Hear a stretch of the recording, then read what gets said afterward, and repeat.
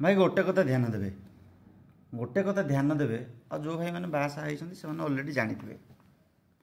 आपण के राति 4टा बेलू जी कम को कौटी कम थी घरे कहे आपण स्त्री को कहे कि मु राति 4टारू जी कम को आम टे टिफिन व्यवस्था करदेव भाई सडन आसो आंसर जिते राति मुझे पारि ये सब मुझे तुम बाहर कौन टिफिन करनब किंतु भाई से कथाटा जदि तुम माँ कान बाजे से कथाटी जो तुम माँ कान बाजे तांको आखिरे भाई निद हेनी निद हजिजीव जो मो पुओ कौन खाइब कौन नब एमती भाभी भाविकी अधराति से करिकी रेडी करदे मो पुओ खाई जाओ नहीं जाओ जाइकी भलरे काम सारिकी फेरू तांकर कौन अच्छी